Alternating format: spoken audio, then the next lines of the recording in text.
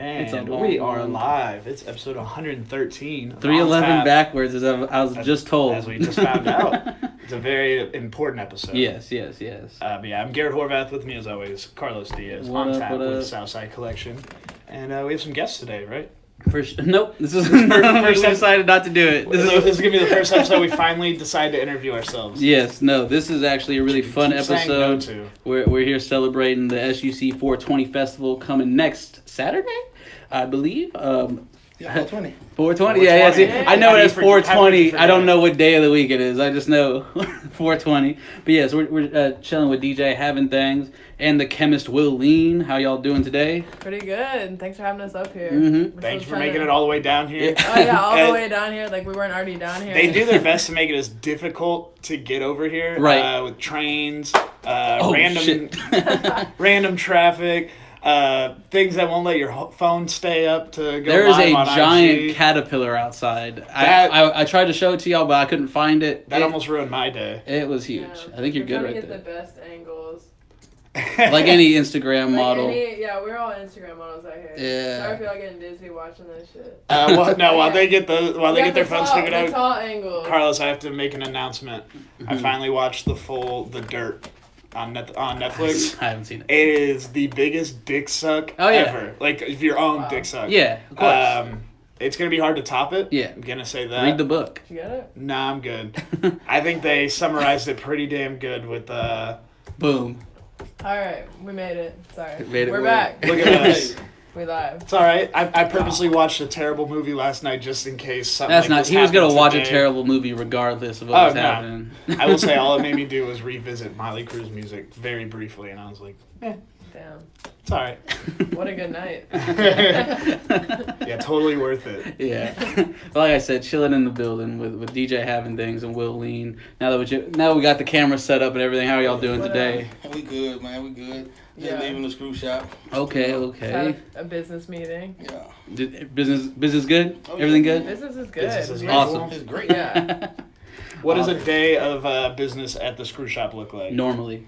Normally, it's going to probably be a group of people leaving when you get there and a group of people coming while you're there. So, it's stay busy. Stay real busy. I can't believe I didn't think of this on the way here, but one time for that, what show was that? Jambalaya. We went up to the screw shop one time and they gave us those Jambalaya tickets. Yeah. Shout out to the screw we're shop. actually giving out jambalaya tickets. Really? When is that? Yeah. When are at you giving the, it? At the festival. What? Yeah. Okay. Scoremore decided to give us.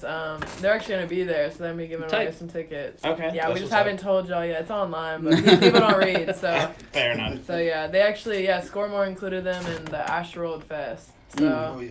and they've been cool since. So Awesome. we thought we'd work with them again. Dende says hello, by the way. Oh, what up, Dende? Shout out Dende. Shout out He was on the Dende. show last week or Last He week. was on Yeah. a Bounce and Turn show too. Hey. in March. Cool. We've We're one of the largest cities, somehow still super small. Yeah. No, we actually run that line too, because a lot of the people that's been on Bounce and Turn, we've had on this show. Yeah. Or we've had them to promote Bounce and Turn events. So we finally got the person throwing all these great Hey. shows in the city.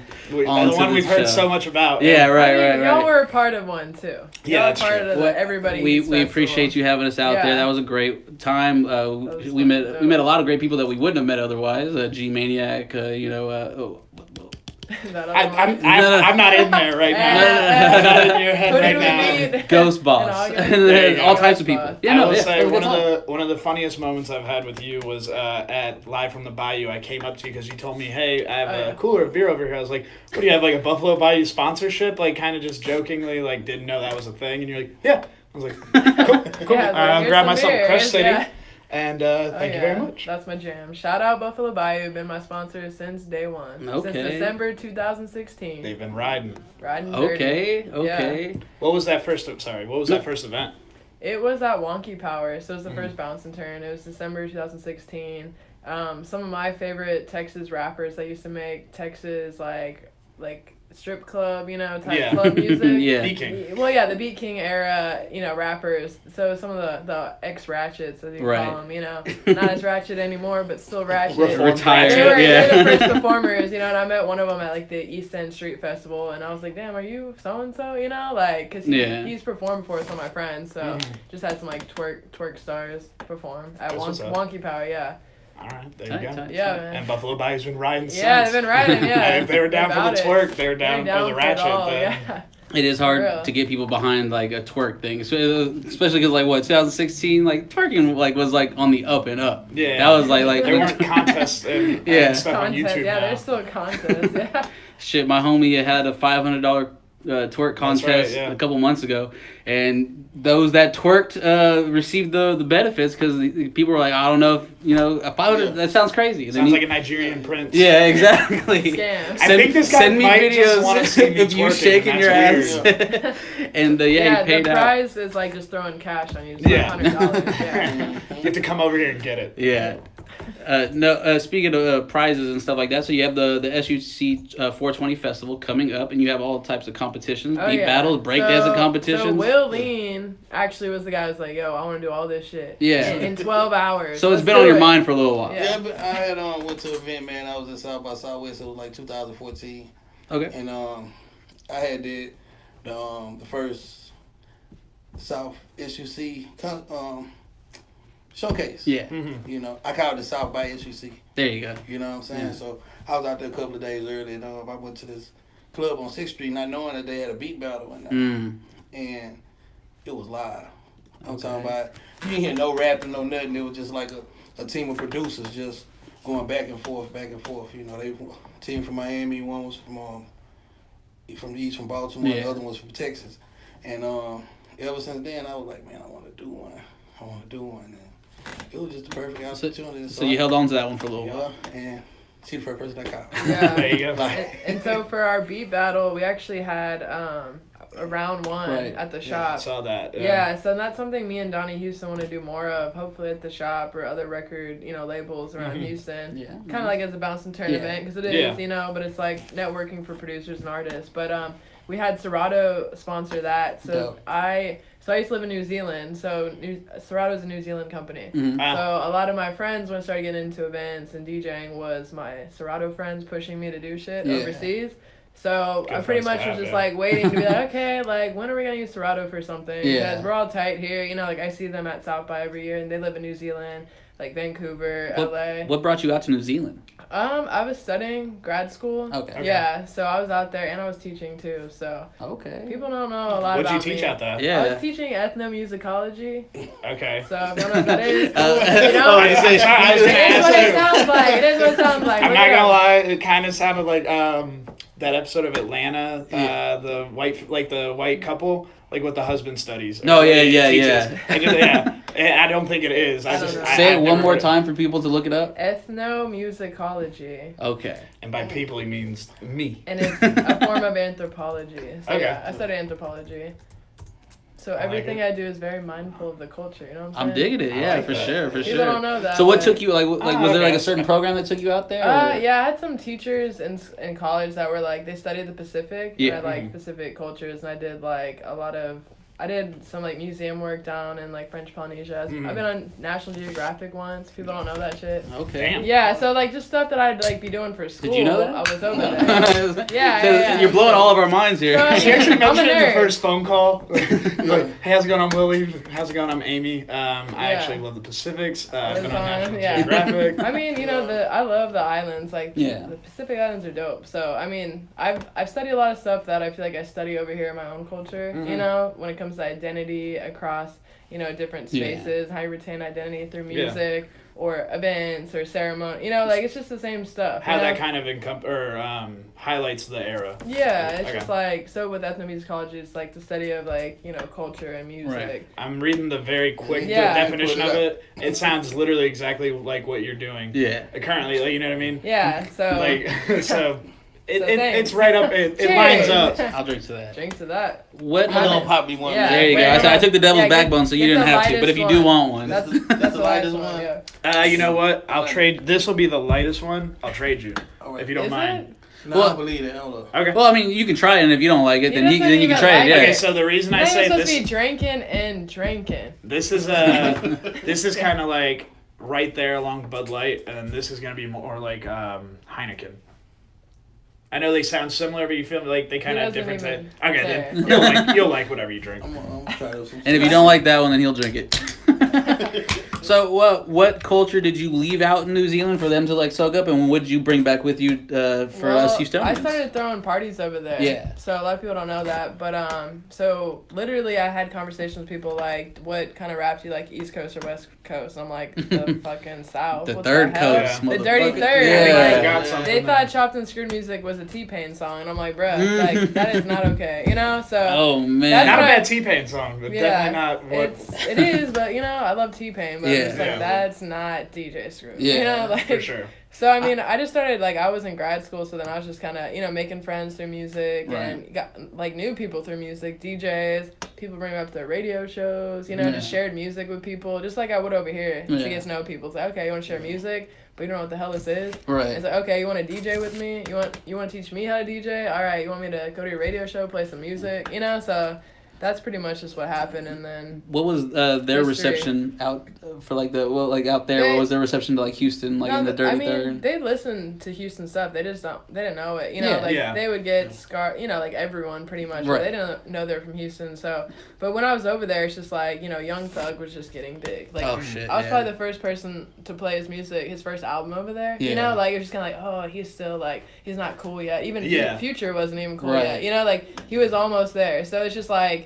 They were already getting into Southern rap when I was over there, and they weren't realizing it until it really like took over. So I was like, okay, they like 3 6 Mafia, they like some Gucci, they get some stuff, but they also fucking love Drake, and I was like, and Drake is not at all from the South, Yeah, he could make you think so. Yeah, so Drake actually, my only role at Bouncing Turn is to ask you about that. Drake, and it kind of started in New Zealand because everyone was literally like, yo, like draped out, whatever. November 18th. I'm like, that's our shit, So that's what, like, you know what? Nah, like Drake can't start stealing our culture. I'm in fucking New Zealand, so when I'm in Houston, don't play Drake here at my parties because that's already like. Plus, if what you want, you can just go. I was gonna say, Will Lean, as an OG in the game, how do you feel about Houston's culture being gentrified? Well,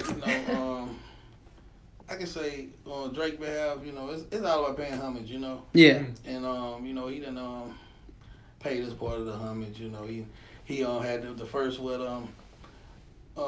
how was that, the Houston Appreciation Weekend, and how he had built the whole screw shop on stage. Yeah. Oh yeah. He got out, most of the members to come out and do a song during this set, Okay. That was cool. Yeah. Stuff like that you can appreciate. What about the second year? Or the third? Or every year after that. When it started getting more exclusive. Well, I liked it Did when he still call the shop? I liked it better when you had to like volunteer around the city to get the tickets. Oh, yeah. That's when Drake Appreciation Week or Houston Appreciation Week, sorry, that's was that's what it became. That's what it became. Yeah. I'll always be a little bit indebted to that weekend though because that's when we did the matzah pop up. Of course, yeah. We did a nice little pop up with But at the end of the day, I feel there. like they pay homage, Yeah. To the culture and But there's a lot of artists that have kind of extracted our culture and not really paid respect as well. If you wanted to pop, man, you're gonna have to chop and screw it somewhere in the song. I'm talking even R&B songs. Yeah, of course. Like it's, it done played and it gave a lot of people careers, like for real. Yeah, without a doubt. Or even then, like I've heard more instances where people like artists, like they didn't like artists they didn't like. They heard Chop. Like, okay, well now I could kind of. I think that's how you told me you found like how you like Future, right? I like Future. I like Future more when he's chopped. Yeah, for sure. I'll say to the Drake thing. While I can't speak for what he did to like pay homage. I will say it seems like he gets a lot of like hate about it. Yeah. And I'm usually the first one to like diss him. But I will say it seems like doesn't look like it. It seems like there's a long list of people who are like way to change up. Talking about him, bring back up. What the hell? It seems like a long list of people have been like, he's not jacking necessarily, but I totally understand that. I mean, plus if you want to hear Drake, just put the radio on. Yeah. But if you came to a Bounce and Turn or if you a Texas rap party, you don't need to hit that because we're underground. Right. We don't play stuff on the radio. And if you want to hear Drake at a Texas rap party, maybe he should do more songs with Texas artists. Right. Okay. Maybe. Well, I can promise you this: he's not watching. So yeah, he might be, bro. He loves the culture. He loves the culture down here. Yeah, man. So, like I said, if you wanted to work, man, type of screw, put something up in it, man. There you go. It'll get you where That's the right way to do He it. was supposed to work with Sauce Walker. Yeah. Then look what happened. Nothing. What's the name of that mixtape? It doesn't exist. It doesn't exist. Nothing ever happened. But it'd be mostly political, you know. Of course. Yeah. You know, so it's very seldom they can do what they say they want to do, and you have to take it what it is, man. You know? Yeah. Like the Asteroid album with the Sicko Mode. Mm-hmm. You know, Travis came to the shop beside it, and Drake, they put him in there. Yeah. Saw that. Yeah. He wasn't there, but they put him in there. You know what I'm saying? But it was a good look. Like I said, They green screen Drake in there? Huh? They green screened him in there? Like some CGI? That's not his liberty to speak. Yeah. I'll say this: Robert Phillips has it correct. Nobody want to hear about no Drake. Hey, what's up for my boy Rob? So I will ask. Thank you. I will ask you this, Amy: is there a that's a no play? Is there somebody that has to be played, or is there like a song that like the bounce and turn didn't happen if this song didn't get played? No, not Okay. really, but I feel like, obviously usually Zero, some I was Screw. gonna say what slow with The Mo City Mo Don. City Yeah. Yeah, usually Mo City Don usually, ends the night for most people. There you Yeah. go. But Yeah. It's an easy way to go out. You know? Yeah, it's like, it's not really a requirement to only play Texas rap. Of course. It's like Southern influence, so Definitely. it's like whoever's ending the night, as long as it's Right. like Yeah. some turned up shit. That- like, Well, and And that's City kind of Dawn really is like the what's that bar song? the closing time. Yeah. yeah, we play that. Song, Yeah. like, Every I guess- bouncing turn we play that at the end, chopped and screwed. Go ahead and rip my bracelet Yeah, off. it's like, leave already. So that I did want to ask, since we're talking about Ro, I said Ro seems to be your favorite artist, but what other Texas artists, not Houston specific, are you drawn to or do you fuck with? Just Zero. No, I'm just kidding. No, There's other artists. There's other. Wait, no.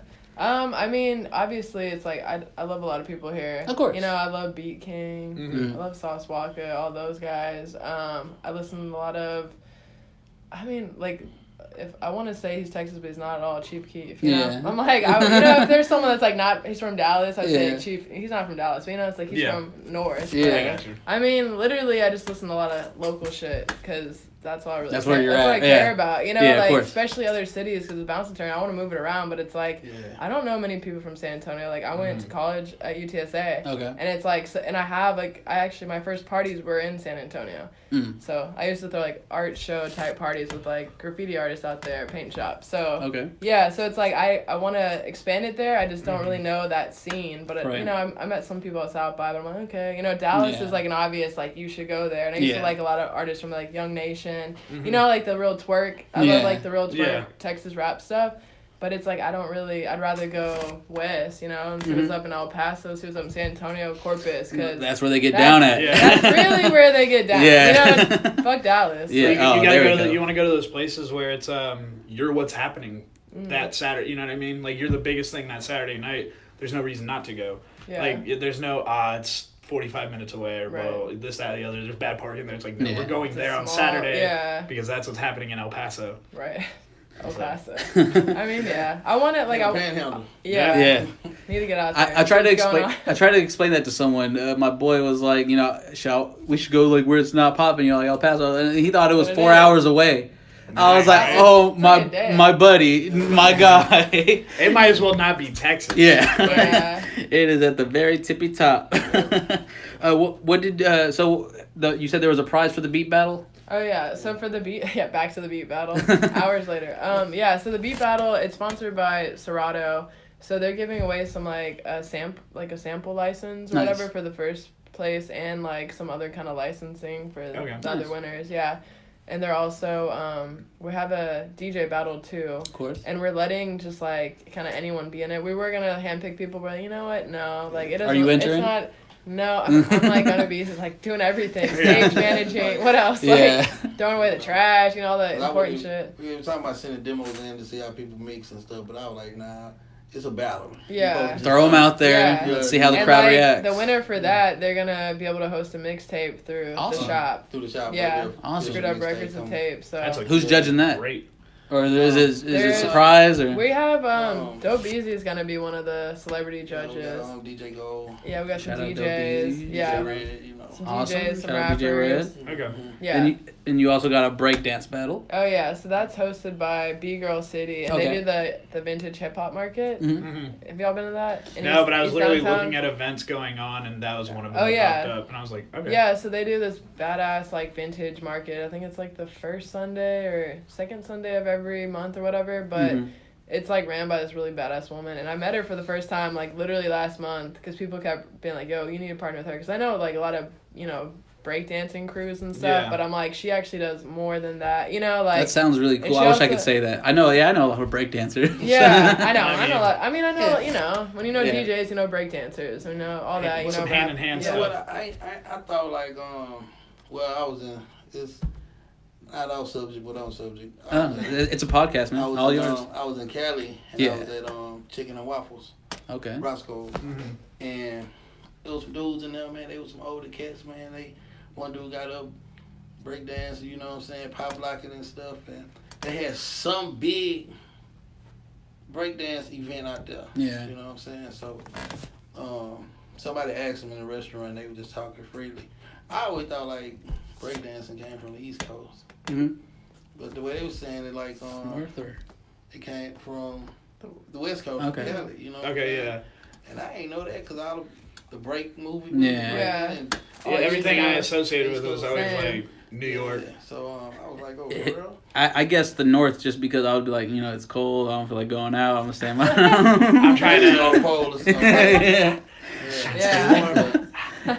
That's interesting. Dope, Yeah. No. And we got the longest blunt concert. Are you really? Yeah. Oh, That's I was about to say. Well, yeah. If we want to start promoting that, if y'all go ahead. CBD. CBD. There you go. We do tobacco only. Yeah, we have a lot of CBD vendors. Nice. Yeah, mostly that's what we're promoting. I heard you can buy it's super low grade THC weed. It's like super high. Reggie? No, it's super high CBD. Guys, I heard about this new weed on the street. It's brown Christmas. You can buy it online because it's so much Mexico. more percentage wise. They grow it outdoors. Yeah. It was called Super Lemon Haze. Okay. No, it's a super high CBD weed and flower, and so you can actually buy it over the internet. And but is it CBD or flower? Well, it's flower? like it's the bud, but it's super high. Just the way it was grown, I guess. It's meant to. It's more highlight CBD this more than friendly. that. Yeah. CBD sponsorships are the next next thing. Or they're the current thing actually. Speaking of, this is that's CBD. Yeah. CBD flower. I don't know about that, man. If I'm That's an pretty officer, much. I know. I looked in my bag. I was like, wait, I don't have weed in my bag. Yeah. It's legally weed. Will Lean gave me that. And, So that's one of our vendors for the event. Nice. Okay. Okay. Can I smell it? Can I take it out? Yeah, I mean, Are they gonna be passing Honolulu out? Haze. It's gonna be in VIP, so he's selling okay. some of it. It don't smell bad. No, it don't smell bad. I'm about to say, what that smells like? Oh. Pacalo. I Come on, actually we had don't own this building. Yeah. Would you like to smell it just because of how great it smells? He gave it to me. Sometimes you just need a reminder. We had a beer in here. What does it smell like? It smells like weed. It sounds like weed. It's like we had a guy What does from weed Growler smell like? USA in Katy. He brought a beer called Sweetwater 420 G13 strain, and they brewed it with a clone of a strain of weed, so it all but got you high. And so he popped the can open, and it was just. It smelled like you popped the dank. seal. Yeah. It was rank in here. Oh man, It was beautiful. Kind of like right there. That shit smells like weed. I ain't going front. Yeah. Yeah. They're just fucking with us. It's weed. No, This is fucking. This is it OG. says CBD on it. Yeah. CBD, like a sticky, body icky guy, flower. No, that's what I was literally just explaining this. You can buy that on the internet, I'm pretty sure. Yeah. Yeah. You can buy this in person. You can buy this in person Who wants it? at the fucking 420 festival. Yeah. Come on out. I mean, that'd be kind of cool. Yeah, because he's so far, like, he came down. Be a good way to quit cigarettes. He came down, they had a big convention Saturday the 6th at the Hilton JFK by the airport, Intercontinental. Okay, yeah. So he came out for that, and it was a big convention. Like, I would have wanted to go, Yeah. I ain't gonna lie, I want to be like in the know, because they finna legalize here anyway. So I want to already be. So you know Fingers what? crossed. Fun fact: Will does not smoke at all. Right. Neither So make do all the money. I. Yeah. Don't get high off your own supply. So There you go. That's the smartest way. Smart man. Yeah. Smart Well, no, man. it's now is the time to learn about things you're gonna need to know for the future of weed legalization, especially if you plan on selling it or if you want to get in that business where you manufacture or distribute something. because he came down and he went to a couple of spots on Harwin. He said the first spot he went to, dude wanted to buy like 7,000. Yeah. Packages, like 400. Oh hell yeah! It's pretty good. Yeah, Like- it's good. He's like, how do that? Yeah, right. Yeah. I don't have that much. Yeah, but yeah. So when bud does get legalized down there, is it going to be a screwed up Kush or? Oh yeah, we gonna have some screwed up quits, right? You know what I'm saying? Yeah. We have some screwed up quits. Actually, we wanted to cultivate Molino G. screwed up cannabis, Cannabis, but that we was- didn't want to write it on a flyer and have it, you know. Right, Yeah. right. Yeah, so. So whenever it is legal, It's like we asking- write it's that asking and to be have shut fun. down, Somebody yeah. is like, Yeah. when it comes legal, what better how better can you have it? You come get your screw tape, some Yep. merch.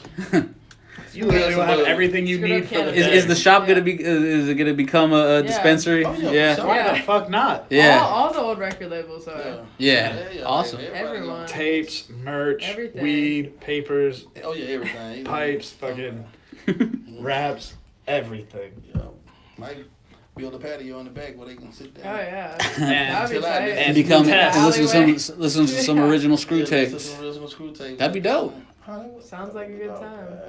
Uh-oh. Yeah. I'm excited. Yeah. Guys, Yeah. we're gonna pause the podcast. You're We have a blowing- business, bro. You're blowing my mind. You're People blowing my have- fucking mind over here. I Yeah. think I have a QuickBooks app. Amy, you're always out at these shows showing love. We saw you at the Two Raw show. What was that? 2 or 3 weeks ago. And he literally on the way home he goes, "Damn, dude, she's at another concert. And that's what I'm She's gonna- at like the show." No, yeah, that's what I was gonna get at. Like you're always out and about showing love. And then we were on our way home. I was tired. It's late. I'm going home, and I'm on your IG story, and you're at a video game tournament at like 11 o'clock at night. Hell yeah. Yeah, that's a homie, Trey. We work together at Dope House, Screwston Records, yeah. Mm-hmm. So he has his own recording studio. Yeah. And he loves video games. Okay. And we're actually turning his warehouse space into a bar venue. Nice. So we just got our alcohol license, yeah. But right now he's using his studio. Oh, so y'all been planning this? I've Because to get the alcohol license, you I've kind of been gotta throwing plan parties plan with him ahead. for Yeah. like over 2 years now. So, but it's anyway. So it's like he has another studio and he's been doing video game tournaments there. Right. And he actually, it was sick because he's like one of the homies. But I'm like, I'm not good at video games, but they're really his Yeah. is really popular. He was like, there's two world champs in here, and there's like Shit. an underdog new kid that's like half their age that would just whoop Yeah. their ass. Like it gets like that in there. This is history. They play for money, yeah. They No, and yeah, for sure. It's like that's something we're trying to do too. It's just like get more, just get everyone involved.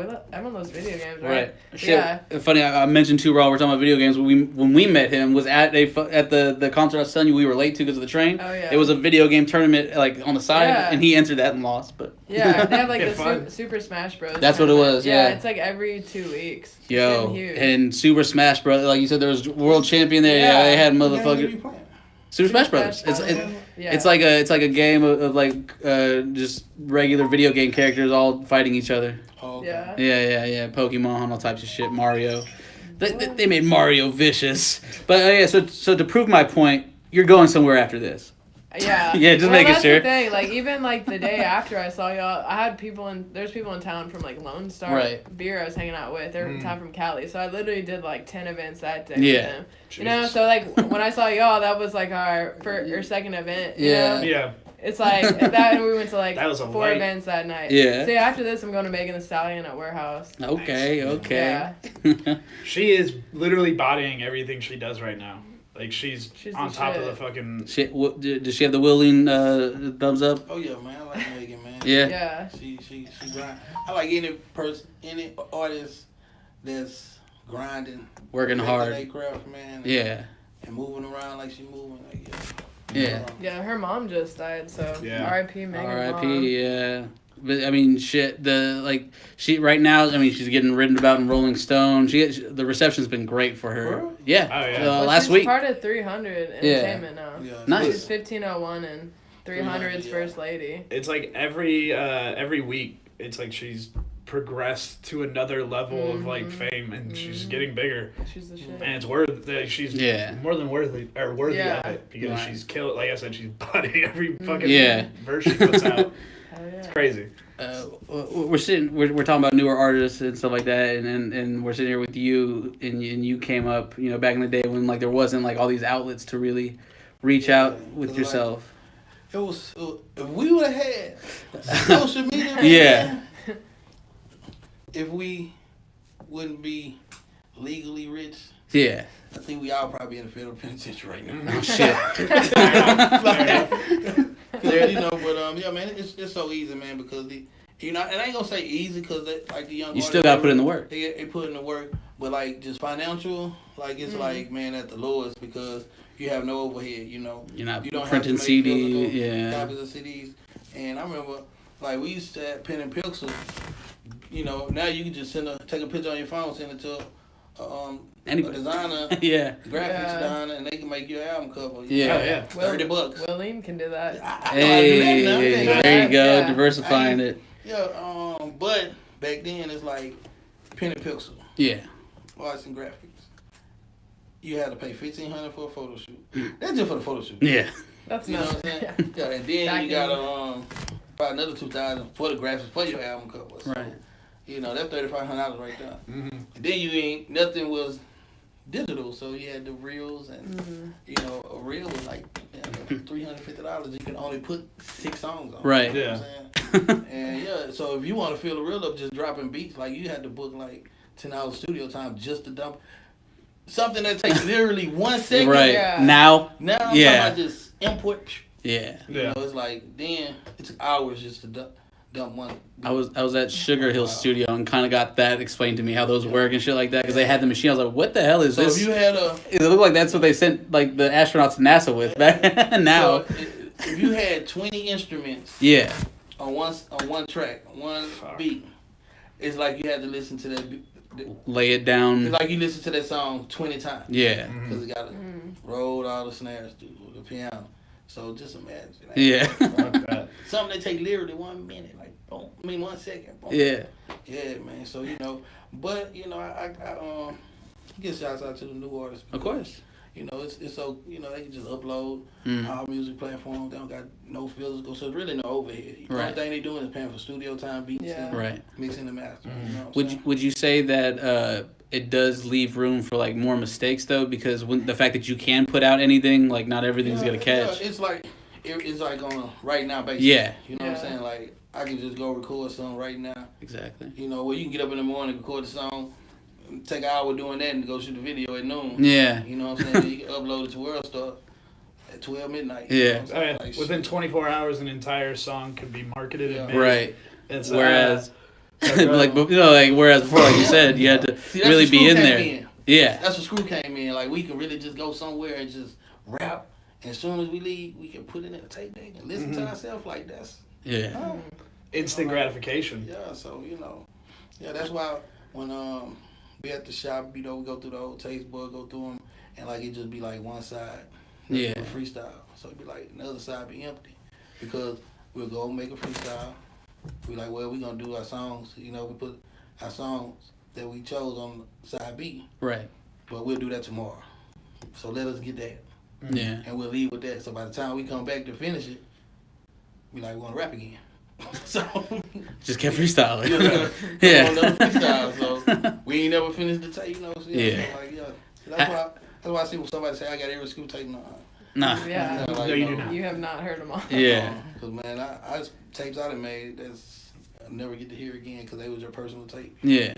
That before Screw was dubbing them. Like, right. If you go to Screw House and make your tape, the only way we get your tape, if you let us dub it from you. Right. You know what I'm saying? Yeah. So once you make your tape, Screw give it to you. So. Where do you and Screw's paths like intersect? Like, how did y'all two come together and meet one another? It was back in 91, end of 91. I was -1 years old. -1, you weren't even here yet. Yeah. Yeah. So but we was kids though. Of course. Kids and So C-Note, it's crazy. This is a true story. Scarface had a screw tape. Awesome. And he gave it to his homeboy named Q Dog. Quincy Evans, which is Cornell, you know, it's Cornell X. Yeah. His brother. Okay. You know, they're all from the hood, so. And he gave us a CD to C-Note. And it was so, and C-Note just called a number on them. And the other day, man, we was at Screwhouse. Yeah. And that's just like history from then. Yeah. You know, like the first show Screw ever did, the first show he ever out of town DJ'd at, and the first show we ever performed at was Alexandria, Louisiana. You know, Pratt, shout out to Pratt. Pratt still books too, you know. But yeah, man, it's just a whole bunch of history with that, man. Of course. Like, you know, how we started and like we learned the business at the same time. Cause as Screw was learning, we was learning. Learning as you go. Yeah, so cause we had dropped our album, Smoking and Leaning, the first one. Right. We recorded in 95, Smoking and Leaning, like, and these boys still thinking about they pouring up today. Our first album was Smoking and Leaning back in 95. You know what I'm saying? So, yeah, and we had 2 songs off of there that was on 3 in the morning. Yeah. So, you know, we literally dropped our album before Screw dropped 3 in the morning. Cause we have 2 songs, Cloverland and Thought of Man Wade. Yeah. On that album. So, yeah, so we was learning at the same time as Screw was learning. Was there a process like getting into that inner circle? Like, was there, or was it like, you know, I've heard you rap a couple times, you know, you keep getting invited like, back? You had or to know what was somebody. like? Yeah, okay. You know what I'm saying? Yeah. So say if I go to Screw House and I just bring you with me. Yeah. You know what I'm saying? You introduce yourself to Screw, and a relationship probably will start from there. Yeah, I hypothetically appreciate that. Yeah, you'll probably come by there just to buy a tape. Yeah. The next thing, like, oh, I came with Lean. Yeah. Next thing, hey, Screw, can I get it, you know, make a dub? And then, boom, you know. Yeah. It builds itself into something. Yeah. Cause it was at a point, like I said, we was kids, like, you know. Yeah. Cause I ain't gonna lie, Botany boys, and we like, Screw, man, we don't fuck with them niggas. Screw ain't gonna fuck with you. Like, straight off the bat, like, hey. You know what I'm saying? But, you know, it brought a bunch of unity together, especially on the south side. Because I don't care if y'all two had beef, but y'all was Screw, and if y'all had to be at Screw House at the same time, it was squashed. that shit out the window. Yeah. You know what I'm saying? Like, yeah, that's just how it was. Like, he brought the whole, you know, south side, you know, the people he fuck with together. Yeah. You know, and he could have signed anybody, you know what I'm saying? Yeah. I would have signed on a blank piece of paper with Screw. You know, that's how good of a person he was. Yeah. But he didn't want to. You trusted him. Yeah, he didn't want to just, you know, he felt like y'all use me. The radio might fuck with you, but I'm going to be your outlet, so y'all use me. You know what I'm saying? And that's just what happened. He kind of carved out what became, like, his area as opposed to trying to go into, especially back in, like, the 90s, to be like, hey, we want to get a song on the radio, but then to go do that. Radio. Come to me. Because he went to the box. Yeah. He wanted to intern there for free. They told him his music went last a year. It's true story. Y'all ever hear Screw on the radio? I think 97.9 has like a whole Sunday now. It's crazy. But that's not with. Yeah, they told me. No, yeah, of course, but it's crazy. Yeah, it's ironic how it's crazy how history runs itself now, right? You know, you chase a guy away, and now you have a whole day dedicated to him. It's almost like 97.9's never really been on it, and they've kind of always been against the culture. They only played Screw on June 27th. Yeah. So that's another thing. It's like his birthday. His birthday. You know, like he's a rapper. It's like you can play him throughout the week. You could have an hour of this around lunchtime and people would love it. People would be jamming that. Yeah, of course. I thought it was hilarious. You said like y'all made an album called Smoking, or a song on the album called Smoking and Leaning in '95. Where like if you heard that today, or if you saw like an artist putting that out, one day you would go, "Oh, pretty original, huh?" Like wow, I guess I've never seen that. Yeah. But then y'all did it. It's crazy to like trace it back to the originator. That's the Smoking and Leaning. Like that's Will Lean, same name. That's like one of the things I imagine some people like envy the older school of rap, or like the people who came first, because it's like, damn, y'all had everything. Like nothing had been. It's like the breweries we talked to where it's like, but how do y'all come up with beer names at this point? Yeah. Like how do you come up with a new concept as an artist other than this is me? But I feel like in the moment, and you can attest it, you don't really know that you're like you got everything. You know, like every Man, even Screw, like. Man, we never thought it would get to the point of it. Where it's at right now. You know what I'm saying? Like, not in a million years, you know what I'm saying? But it was like, man, it just swept, like, and Screw put a lot of artists on from out the city, because if it wasn't on no Screw tape... You didn't hear it. Man, we went to the 9-4 Freak Nigga, man. Yeah. 94 and yeah. And now they're bringing it back. Did you see that? But it's family friendly now. But, no more popping pussy at the Freaknik. Unless you're OG. Unless you're an OG. We recorded the whole trip, man. Yeah. You showed me some footage. Yeah, like nice. the whole trip back in '94, man. And how old were y'all? Y'all like high school? Yeah, we like 16. Pushing it to the Freaknik. No, he showed me some stuff like pictures of like Hawk. Or you have pictures of Hawk and Fat Pat hanging out at the age like 18 and 20. Yeah. Like, I probably never seen no footage of Hawk and Pat. Yeah, I've never seen. And then I see it, I'm like, holy shit. I can guarantee it would be a lot more popular on the internet if it existed. Yeah. But Cino got them on. Yeah, he'll post his little pieces on Instagram. Yeah. I think that makes it more worth what it is. They went to Freaknik. What year was that? 1994. Yeah, they went on a little road trip. And we seen somebody promoting in the Face of Records band. Mm-hmm. And during that time, the song Outkast had the Players Out, the Players Mm-hmm. And I got one of them CDs. So on the way back home, we listened to it. And like that, get up, get out, get something, people doing all that. Mm-hmm. So, man, we took the album straight to Screw. Yeah. You know what I'm saying? So Screw Week. He slowed it down and put it on a couple of tapes. And like, next thing you know, man, them boys was popping out here. Yeah. He got us listening to Bones, though. We couldn't understand them. Wait, someone was telling me that Lil Wayne came to Screw, and then after that he popped off. I can see that. Fred was telling me that. Or like and he was probably like 15, 16 years old, younger, yeah. Or like they came. You gotta get at the scene though. Like when Baby and Slim, before they even got the deal, they come to the city, like, they fuck with us. Right. You know what I'm saying? And they always hit Cino up. He always had a relationship with Baby and Slim. And, like, once they got on, they still kept it 100, but, yeah. Cash Money. Yeah. They got, and if you know, on Cino Third Coast Born album, he wanted to get Juvenile on the song. Okay. And it's called Ghetto Stars, but Hook is like Wanna Be a Baller. That's how the Hook go. It ain't like Latroy Wanna Be a Baller. Right. But they love the song so much, Baby wanted to rap on it. So it ended up being me, Baby, and Manny Fresh. Yeah. And guess what? That was during the time where the Hot Boys weren't rapping on nothing but Manny Fresh beats. Right. We got Manny Fresh to rap on the Double D beat. Yeah, so that was a big song too. They played it on the radio. Box played it, but yeah, got Baby and Manny Fresh. It's me, C-Note, Baby, Manny Fresh. It's called Ghetto Stars, and we recorded it in '99. And I don't know how I got Manny Fresh to rap on somebody. Yeah, right. Yeah. So. They say you don't really know someone until you either live with them or take a road trip with them. What are some things you learned about your fellow Botany boys and stuff like that on the road? That getting started that you probably didn't know at the start of the tour or started. No, it was like we grew up together. Like we played Cloverland Park. Yeah, you know what I'm saying. Like me and Cino, we've been best friends since like first grade. You know what I'm saying? Like this, way before music, way before the streets and everything. And we came up. We had, Cloverland Park. It's really a park, got a pool, got a little community center, and they used to, during the summer, that's all we used to do up there, try to break dance and shit and all that back then. And, were you any good? Are you part of the battle? I was just going to say. Coming out of retirement. I didn't know this. He's going under a different name when he's breakdancing though. A backspin. I'm calling on you to replace. Hold on. Did you say you had a backspin? You had a mean backspin? Yeah, man. That's about it. First grade? Nah, that was first grade. But yeah, man.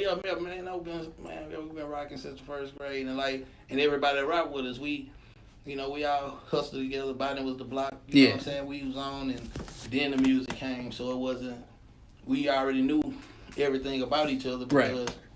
We all grew up together, and we ain't want no new friends. Then, if you ain't grow up with us, you can't hang around. Circle side enough, we got it. Yeah. Yeah, so that's how we roll. To this day, right now, So, we all grown, got kids, got family. We can't roll around, kick it in. But man. So once the music came, it was all love. So it was like something different, where we can just try to leave the streets alone and do something legal. Yeah. That's I think that's something that's funny to me is how you just said y'all didn't want any new friends. And when you really listen back to a lot of Houston artists, it's kind of a similar track of like, we fuck with who's around us, leave us alone. If you we know who we fuck with. But then you turn around, you see how many different big figures from really poppin' cities always had this admiration for like all Houston artists and Houston culture in general. Is there something that y'all can quantify that to, or is there like a thing that you can think that like about Houstonians that? See, it's something that like it's like I said, you know, they have as support their own. Mm-hmm. You know what I'm saying? Like, I think like when we come out as artists, we set our bar low. You know what I'm saying? Even when we booking shows and doing things like that, because these new artists that come out from now, people are coming to Houston to get a bag. Yeah. You know what I'm saying? Yeah. And promoters gonna pay them, like, you know, and it's just crazy. You know. Right. Like, you got so much talent. So much talent. Yeah. And some of these artists taking the talent from yeah. that and shaping it and making it theirs. Yeah. You know what I'm saying? So, you know, it is what it is. Yeah. We're like this hidden gem that everybody knows about but forgets about every 3 years. And it's fine. Oh, I don't mind. We don't need them. We get to be here day to day and enjoy it. We chilling. Yeah. We get to run businesses and put on events celebrating it. Country rap tunes look like it's on the back on the up and up. Yeah. We're just talking about that. Put y'all shit on the show. We'll put our shit on the other side. I thought Billy Ray Cyrus was saying he gonna take his hoes to the old tray. I'm like, then I can hear a sports car. I hear the little dude. He say horse. Yeah. So when I listen to it again, cause I say, man, they really let Billy's. Achy breaky heart. Yeah. And I damn near kind of like the song. Yeah. No, you do. It's catchy. It is catchy. Everyone likes Lean out in my bladder. And cheated on my baby. You can go and ask her. Lean all in my bladder. Cheated on my baby. Go ahead and ask her. Yeah. It's real. Wranglers on my booty's been getting me more recently. Yeah, I like that. Cowboy. I like Wranglers. I like cowboy butts and Wranglers. Yeah. So if anything, I think we all just found out we are it's 4 super fans of Lil Nas X. Yeah. I mean, if he's gonna put Texas on the map, just like Megan Thee Stallion is, let's go. I think I said it. Where you from? What? Where you from? Atlanta, right? Yes. Yeah. If not, he went to school out there because he blew up like around the time that. Yeah. He's out there. But I'm pretty sure Atlanta. There. I mentioned it yesterday though that Megan Thee Stallion and Lil Nas X together either on music or as a show. That's just easy money. He's from Atlanta. Wonder, yeah. He's from Atlanta. Yeah, Atlanta, Georgia. Shit, Bun said he wanted to get on the Old Town Road remix too. That would be dirty. I mean, you kind of have to. Everyone's got to. Like the Toe Down Big Hawk though, country rap song. Oh yeah, Toe Down. There's a rumor that you gotta take it back to street military. Country rap. Hey, it's been going on for a little minute. I like country rap. Yeah, shit. That's why I'm excited about it. Pimp C used to be very adamant that it was country rap tunes. Yeah. It's like, put us on the other side of the store, we'll sell out. Exactly. And I just heard it on, what's that other station they got? 93.7? Nah, 92.1 or something. 99.1, God Listens. No. It's 23.6 or something. 92.1? Sorry. 92.1, that's the station. Yeah. I'm like, okay. Okay. Get a boxing competition, man. Shit. That's which one? That's KTP. The one that we were with Rev. Oh. That's 92.1, right? Come on, man! Don't put me on the spot. No, I'm like 99% sure. I'll look it up. Go, You keep telling. I think it's 90.1, but Yeah. Oh, yeah, 90.1. Damage control. Yeah, that's 90. No, damage control. Yeah, no, it's the same station. Yeah, no, yeah. KPFT. Yeah. Boom. But it's 92.1. No, it's that's 90.1. Is it 90.1? 90.1 is I don't know. I think Like she a was top about to say 40 my or bad. something? Yeah, I think it's like a random ass mainstream. Fuck them. Anyways. Yeah. I've already given them too much. First, I was like, Yeah. Stop promoting. 90.1. Yeah. That's where I'm at. Willeen, is it true? Is there any credence to the fact that DJ Screw dubbed you Willeen? Oh yeah, that's how I go. Yeah. That's how I went. I always kept a cup. So he hopped out the car with a cup. Yeah. Now it's a Buc-ee's cup. Yeah. 32 this ain't nothing. This is slush. Oh. Allegedly.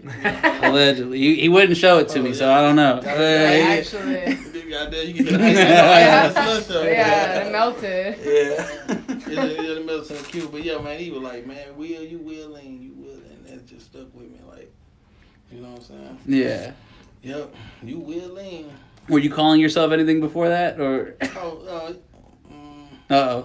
I was Lil Will. Will I was am. gonna go with Young Thug, but I thought someone already had it. Lil Will. Lil Will. I was Lil Will. Yeah. But I got a Lil Will now, but Okay. There you go. The chemist, that was, you can't give yourself nickname. Right. The chemist is a good name. Do you like chemistry or just kidding? Who gave you that name? Who called you the chemist? No, everyone. Have you seen this man with a beaker? I mean, not yet. He's fucking mean. Look at him on the wrist. Hey, on the wrist. Yeah.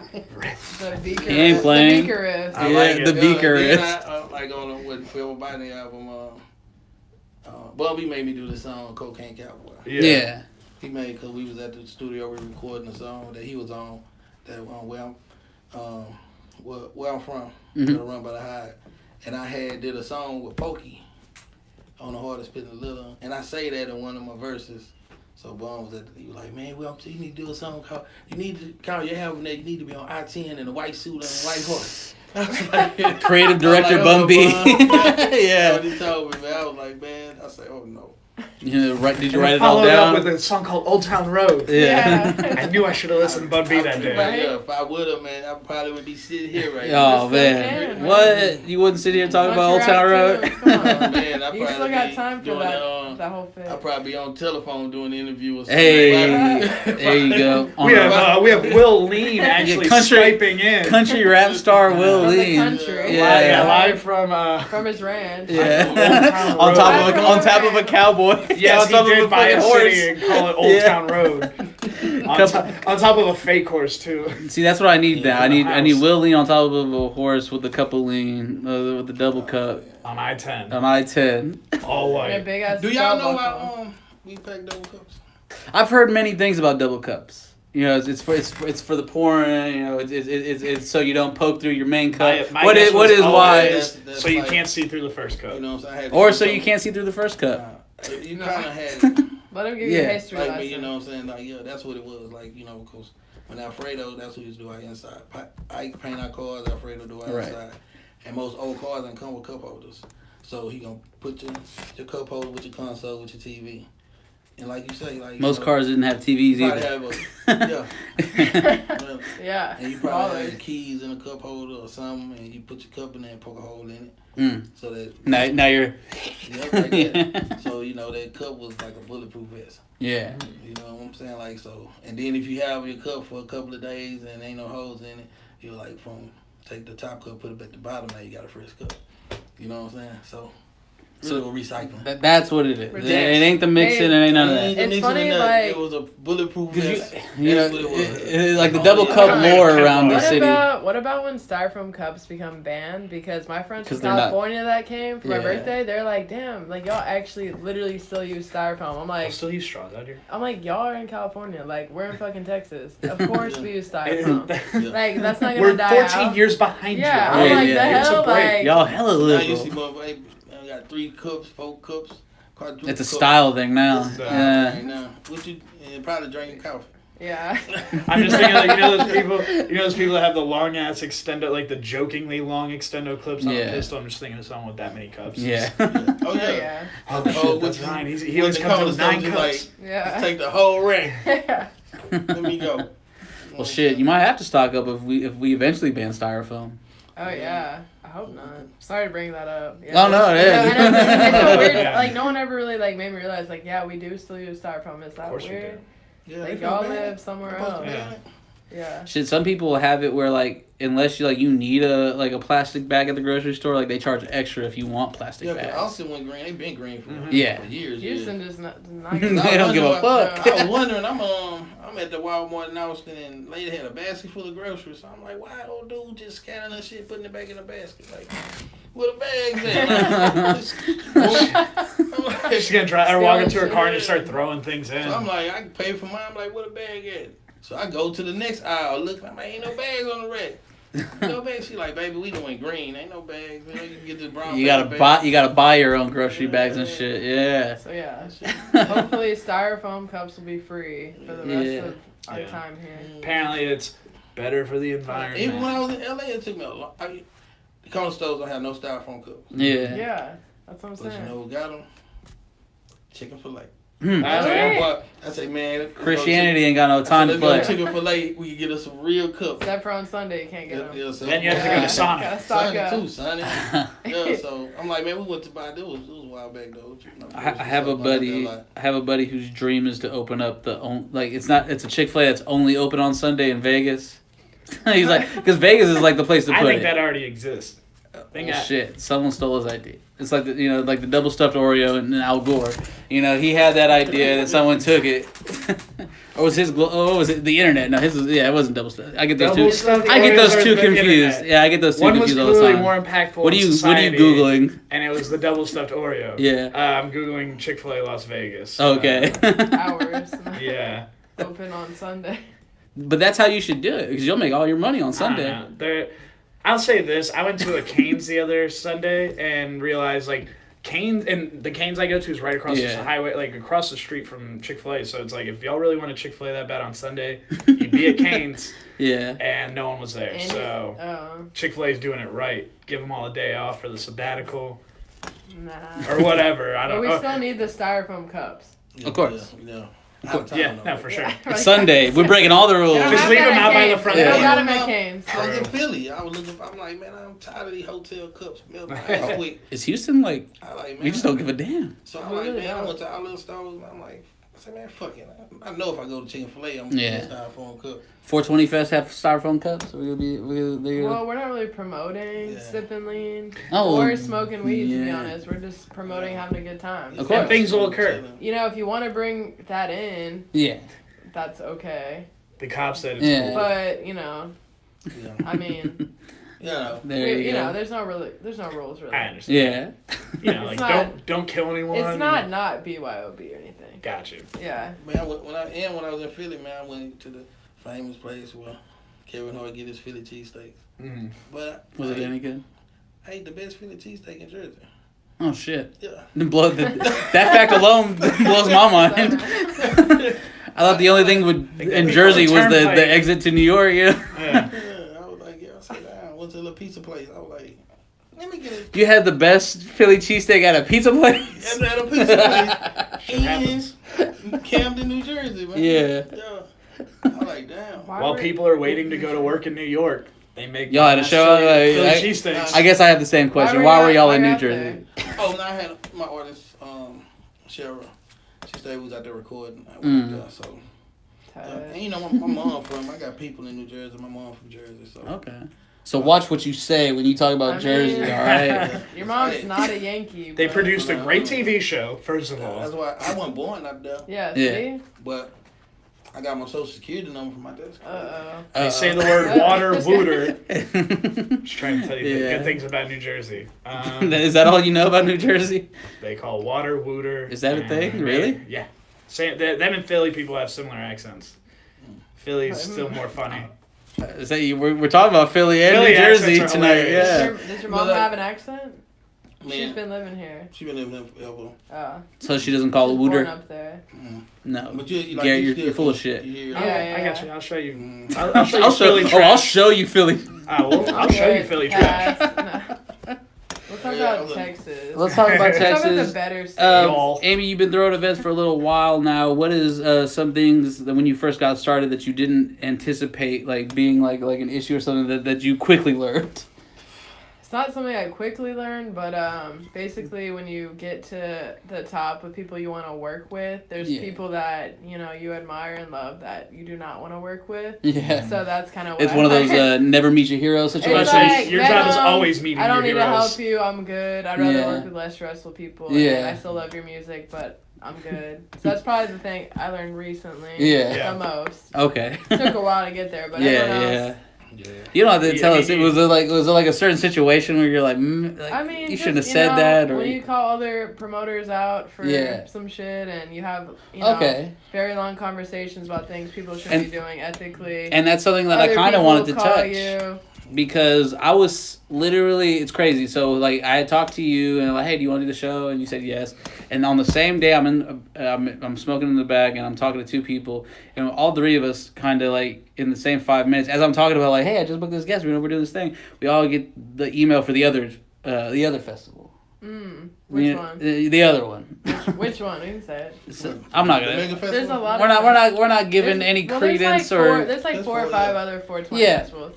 No, not the 420 one. Yeah. We ain't gotta talk about that. Exactly. But those are the people. Well, I mean, there's people that, that have been doing stuff, and it's just like it's hard to combat people like that, right? Especially since it's been going on for 20 years. So it's like, as a fan of Houston rap, it's like you can try to combat it, and then you'll have there's people just confused, like because like the shop's doing more events, so it's like we're gonna do our events, we're gonna be doing DJ Screw's birthday party. So, like, literally all those other events were just like, hey, we're not affiliated with that at all. Yeah. Right. None of the money goes to the family or the shop, so. So, what do you think about, like, the fact that they fledge an attack or this internet trolling? Oh, yeah. I mean. Because I saw some of that, too. I mean, someone was showing me. It was someone I knew. I think your live just ended. Oh, it's fine. Okay. But yeah, someone I knew personally that is an entitled rapper that was actually an old bounce and turn rapper. Oh, so shit. Gotcha. It was kind of like, I'm sorry that, your dad, whatever, blah, blah. Yeah. They have a family member that's friends with some rappers that I know that passed away back in the day, and I try to help them as much as I can, so. But it was the first time someone tried to personally attack me, and it's someone I knew, so it's more like harassment rather than definitely anything else. So because the more you know them, it's the more personal it can get. Yeah, it's like I put money in your pocket, and now you're over here trying to like bully me on the internet, like which is lame as fuck. We can talk in person because I know who you are. Yeah. So, but yeah, besides that, like no trolls, Yeah. A lot of people are just wondering. Shit. Not trolls, but I've seen the 420 festival people go to the other one. Like, hey, y'all are throwing the fake event and stuff like that too. So y'all got them on y'all side, like the good ones on y'all side as well. Because y'all just pay attention to what you're doing. Yeah, it's just about it's really about just marketing and branding. Yeah. People just don't know who's doing what in the city, and I'm sure y'all are the same way. It's like unless you know who's throwing the events and who's actually hired who to do it, it's confusing. Even some breweries, it all looks real. Breweries that hire people or hire artists, it's just everything's confusing in Houston, and that's one thing that is actually holding us back. Right. No one's in charge of their brands. Right. And it's like, and that's really the confusion. A lot of people, they're not business people, you know? So that's kind of what the conversations have been. Like, after the fact, it's like, okay, you just got to reclaim your identity. You got to reclaim your slogans. Yeah. If you're alive, if you're deceased, like, you guys have to get this stuff separated. Because literally the next generations in Houston are confused. Yeah. Whose term is this? Who's doing this? Who's working with what? Brewery or whatever, and is it authentic? Is it real? Yeah. Or does it even matter? Is it about getting paid at the end of the day? Is it not? Fans don't need to know that, but as a promoter, but especially like with the culture, you once you're in the business enough, you see or you have an eye where you see, you go, that's a cash grab. With the culture that we're in, anyone that is looking for this type of stuff is invested into that information already. I feel like, right? Yeah. Well, I mean, and that's. Not to the casual, but like. Because a lot of people, they want to support, but they don't, no one talks about what's actually going on. And there's no really written history about anything. Yeah. A lot of it's oral history. Right. Mm-hmm. And so a lot of stuff I've been learning is, oral history that, I'm not going to repeat to anyone, but it's just everyone I work with, I love to work with because I learn a lot just by stuff they've gone through or people that they've worked with. And, and it's not ever like we're shit talking. It's just like, hey, this has been going on. It's okay, well, what can we do? Or what can anyone do? Because Houston's literally holding back Houston. Right. Like, Screw's always been underground, like, Bounce and Turn's underground. And I'm at this point where, I am working with people that I love, and I would want to work with, like, the Screw Shop, and it's just like, but they've been at the level of, we're still holding it down for the underground. And it's like, if you know, you know, if you don't, you don't, because we're not vocal about it. Right. And we've never been vocal about it. We've never been business-minded in the sense that we need marketing, we need online stuff. Yeah. Sort of a double-edged sword. So once they start, when they're the gatekeepers, so once they start doing stuff, it doesn't matter what everyone else is doing. Of course. It's all about DJ Screw. Right. Yeah. The people that aren't putting together the authentic events and not honoring the families, keeping the shop alive. Yeah. Those people they're not contributing. They're not even trying to. Okay. Those people literally just fall off as y'all grow up. Yeah. And so exactly. You don't, and that's why I imagine it takes up almost none of your day of what other people say about some other event that's happening on the same day. Right. Similar, has another art, whatever. Yeah. Because they're like, fuck it, we just need to... People are like, who's on the lineup? I'm like, this is literally every side of hip-hop. You know, from producers to breakdancers to freestylers, you know, to DJs. Right. Like, it's literally about the whole culture of hip-hop. So that's the main difference between ours and other events, because it's like, dude, like, DJ Screw was he is the founder of hip-hop here. Yeah. So when you have all that together, including graffiti, and then everyone that was a part of it from the beginning, and if they still want to be a part of it, they're going to be there. Right. You know? Yeah, for sure. And that's the thing a lot of the audience doesn't understand. Like, people that have been volunteering, they know. Yeah. You know, a lot of people, like, they're, like, the biggest screwheads. Everyone's already been a part of the event. And it's like, we don't care if you go to these other events. Like, we don't. Yeah. You know, like... And that's even with Bouncer. Like, I don't care if you don't go to my events. Yeah. This is good for your business to go network with all these people, because you don't even know who's in the audience. And it's the same thing with the shop. Right. They've always been that way. And, like, that's kind of how, like, we kind of cross when it comes to what we do. It's all authentic. It's all real. It's genuine. Ain't no... Yeah, no hate. ulterior motives behind it. Right. You know what I'm saying? So... We're all trying to build each other up, like Screw was doing for people. Yeah. Y'all have definitely carried that over as a hub of being that supportive group of people. Beacon. Like, because we always sit back and we talk about, like, man, especially with me and Bub, you know what I'm saying? Like, and Bub is DJ Screw's cousin. He owns he runs the shop. He owns his rights. He's pretty much Screw in the flesh. Yeah, they first cousins. They dad is brothers. You know what I'm saying? So, you know Bub DJ? Yeah, I found that out. Yeah, he told me that, like, I didn't know that until, like, literally DJ before Screw, 2 days ago. Okay. Bub, he DJ, he did Screw Store DJ, and they DJ together, so, So that's who we're throwing the event with. So Nice. Big Bub, Will. Yeah, man, and like I say, like she said, everything genuine, man, and Of course. I feel like this is the next step, you know what I'm saying? And since I'm not finished man, you're a blessing, like, Yeah. me and Bub ain't finna do that, like, I've been to a few Balance and Turn events, man. She works hard. Yeah. Like, she puts it together. and you know, makes it look easy. It's a lot of hard work. He said his ways, you know what I'm saying? He never feel like the stone age. Like, he feel like if it ain't broke, it don't need fixing. Yeah. He's like, whatever. And he's like the good middleman between us as an artist. I'm like, okay, like, and I love Bub. He's tight, but I'm just like, okay, Bub, you gotta understand, I got this. I got y'all. You're like, I'm not trying to just go there, set up, sell your merch, and we're good. Like, that's all you gotta You got do. your wheel, I got my wheel. I'm not trying to fix anything. I'm trying to build on top of it. Exactly. We're good. I say, hey.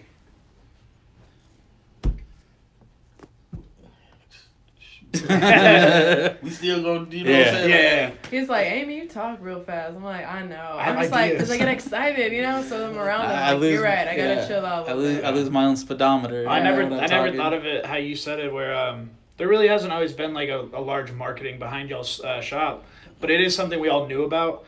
And so I think that's a great place to start, is where it does help them to take control of that, and by doing so and hosting these events and going on later and connecting with someone like Amy, it's like you're keeping the authenticity. I'll use that word probably a couple more times, but the authenticity of what y'all are about, and bringing it to someone who can kind of cast it out further, and bring those people that are already fans of y'all, already know about y'all, have probably picked, like us, have picked up tickets to concerts from y'all, and so like y'all. Ever went to one of the Black Porters? No, The Screw Shop. no, not yet. Nah, the Screw Shop, no. And the store, it'd be know. no cigars. And I'm talking about, like, man, it'd be ridiculous. No radio, no nothing. Yeah.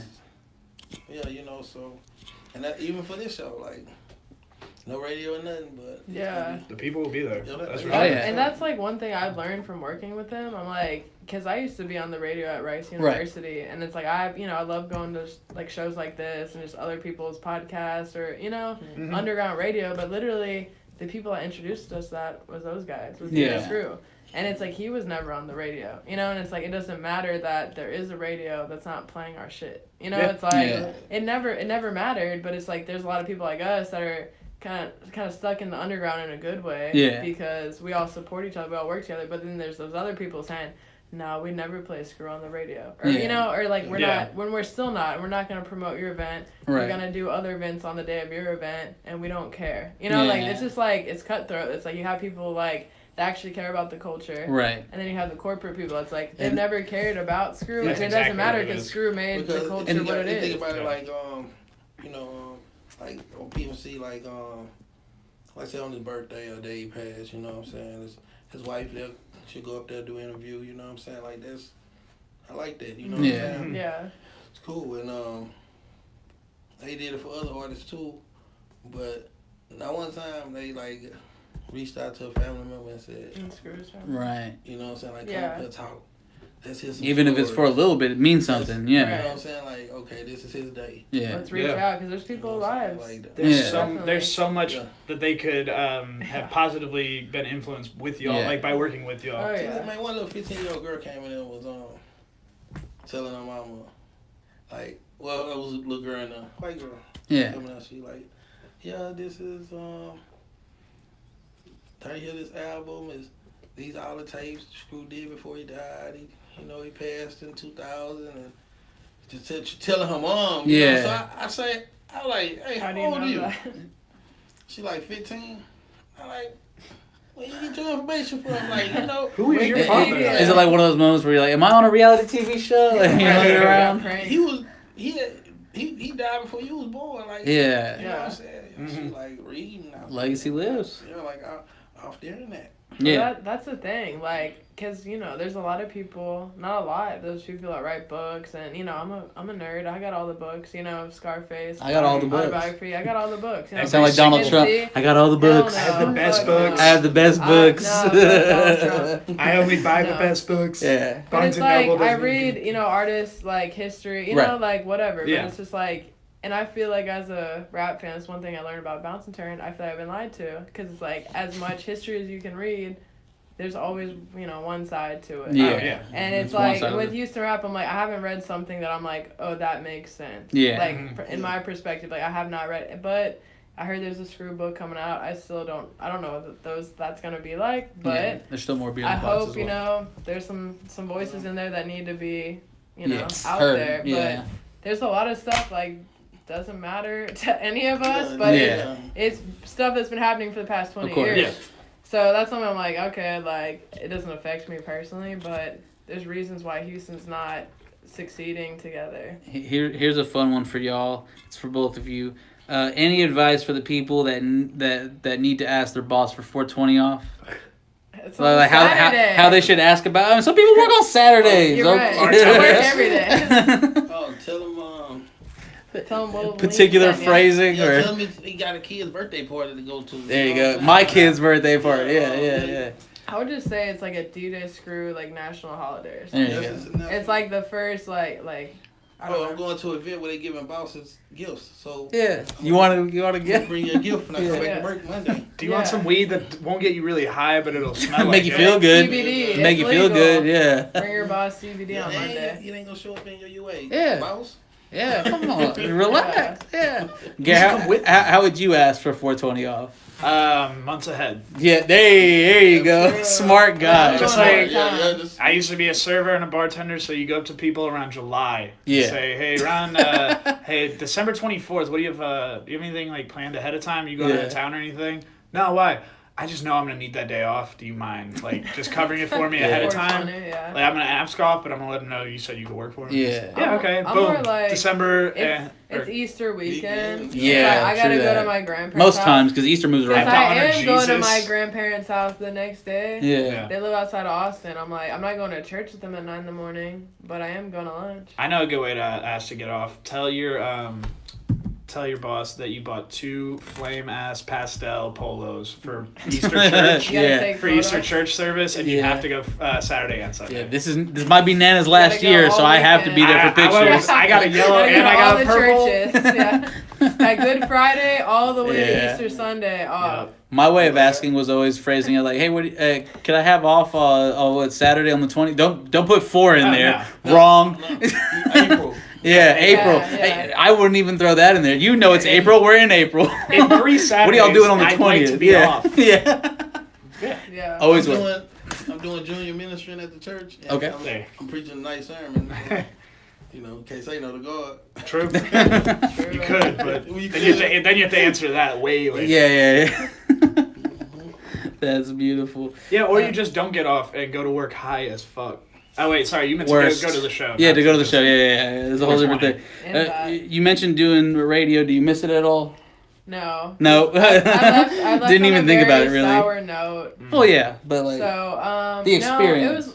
No, because literally I just, I love talking to people, but I do it so much. Like I literally just go up there to just drink beer with my bounce and turn partner. Yeah. And then we'd have rappers up there. We have DJs. Like we literally left because they didn't let Zero come up. So that was like the most like.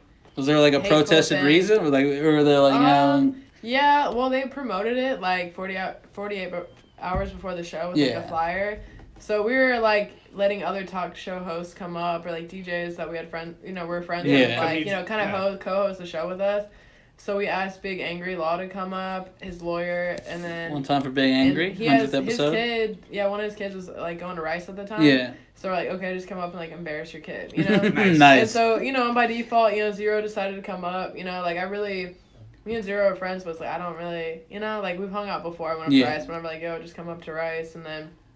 So then, like, he had some... your hip-hop-ass college, Rice University. Yeah, right? It's like, you don't gotta come up to Rice. I understand. Like, literally it doesn't matter. Like, it doesn't matter to you. You don't need to do that. Yeah. It's just we never talked about it. Yeah.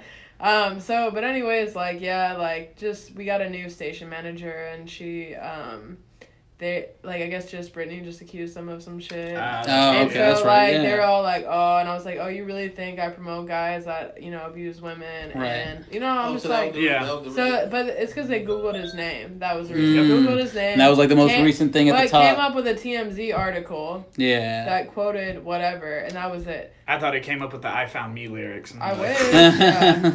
I'm inspired, but we can't have this guy at our school. Yeah. No, so that was actually like probably the worst thing that happened last year. Like that just made me feel the worst because it's like they disrespected someone right in front of me. That's like literally someone that. But good for you to sticking with your guns. But I mean, even Zero's like, dude, don't quit the radio show. Like, why would I already told them I was gonna quit if you couldn't come up. They already promoted it. They called me an hour before our show, so you couldn't come. And now they're in the studio. I'm telling them we have no.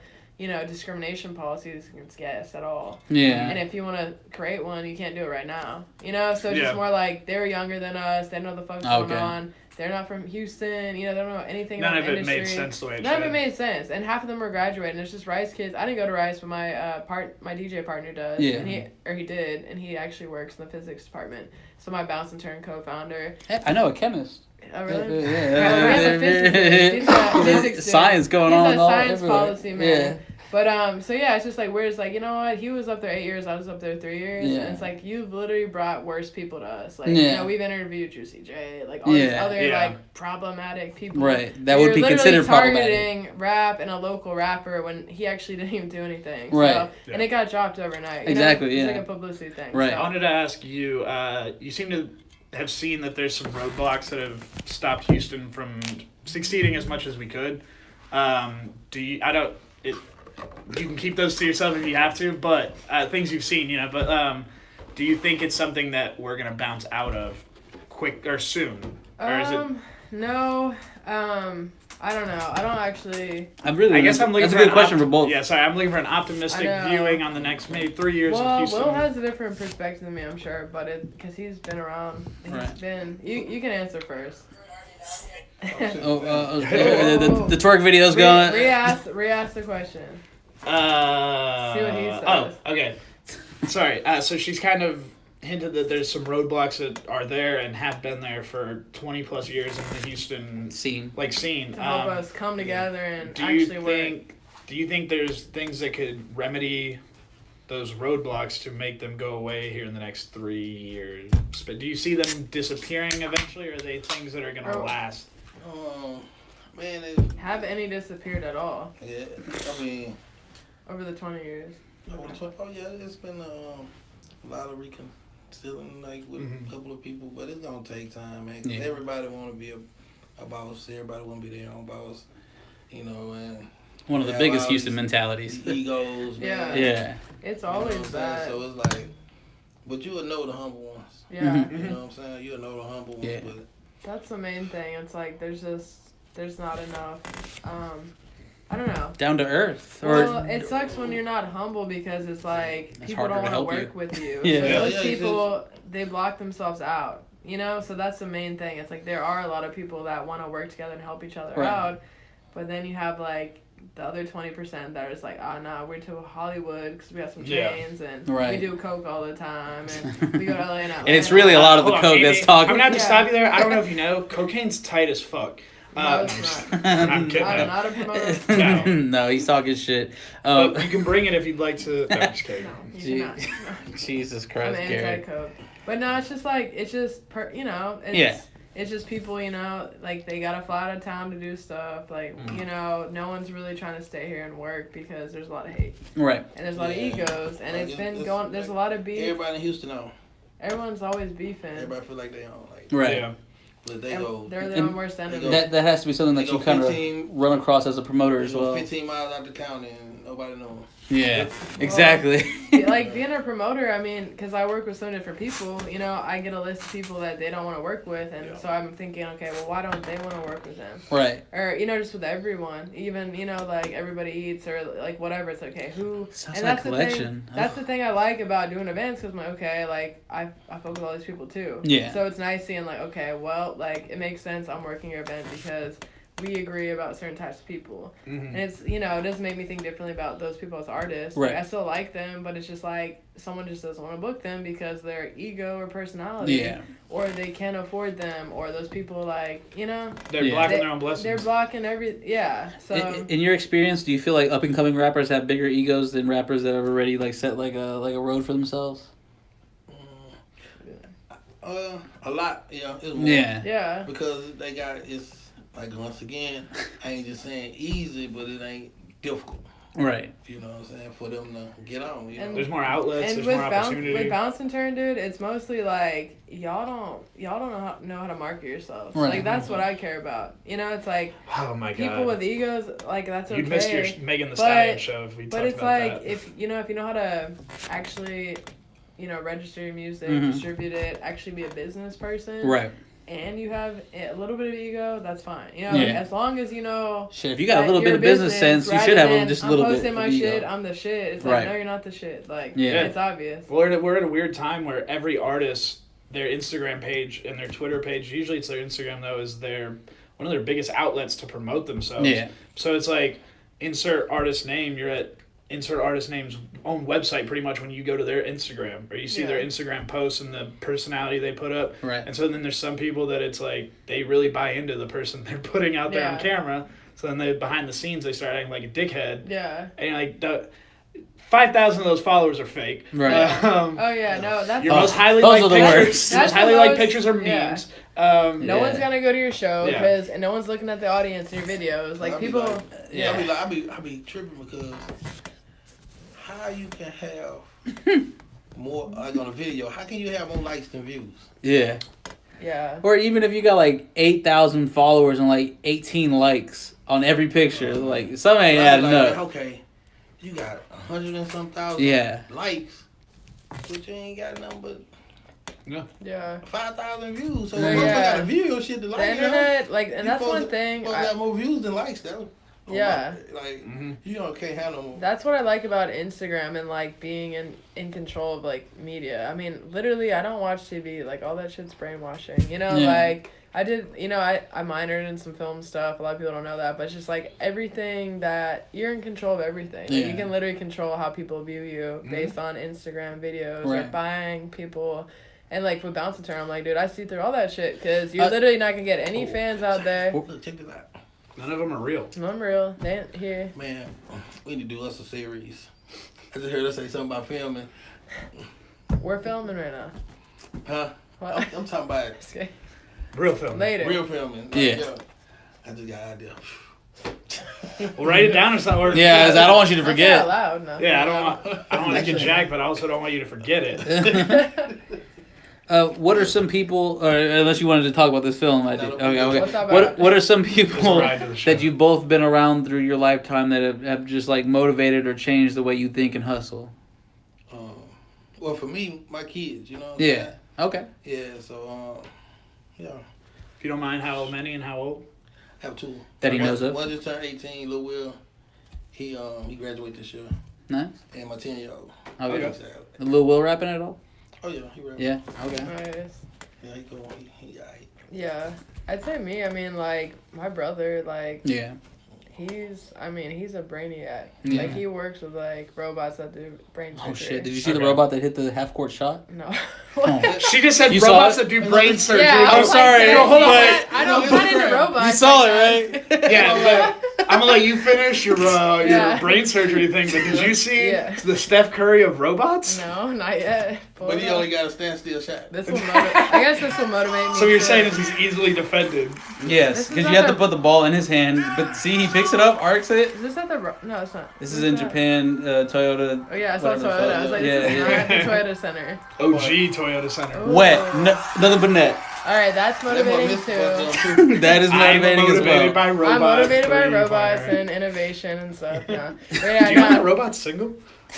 But yeah, my brother's like, we're only 18 months apart, and it's like, and he actually really seriously got me into rap music. Okay. Like, seriously, and he's like, he doesn't regret it, but he's just like, damn, like, how the fuck, you know? I really sparked something in you, huh? Yeah, and it's like, and like, he lives in San Francisco, and like, he Yeah. went to Rice, and he's like a biomedical engineer. He's worked on like fake hearts and fake eyes and prosthetics. Like, pretty much can build like anything out of anything. He's building people currently. Yeah, he's building people currently in San Francisco. Robots that take free throws. So it's like, he's like, you know, I'm like, damn, I need to outdo him. You know, I've always been the athletic one. He's always been like the super smart one. We introduced your robot. And I was like, my robot against his robot. Yeah. So you got the rap robot. Yeah, versus, mine like, can the one DJ, that's, like, Mine can brain screw surgery. music, and if it were DJ Screw, it's just the heart's not in it. We're close like Right. that, and even my parents, it's like my dad, like, he reads the paper all the time, you know, so he knows everything about rap here based on what's in the Chronicle. Nice. And it's like, I grew up learning,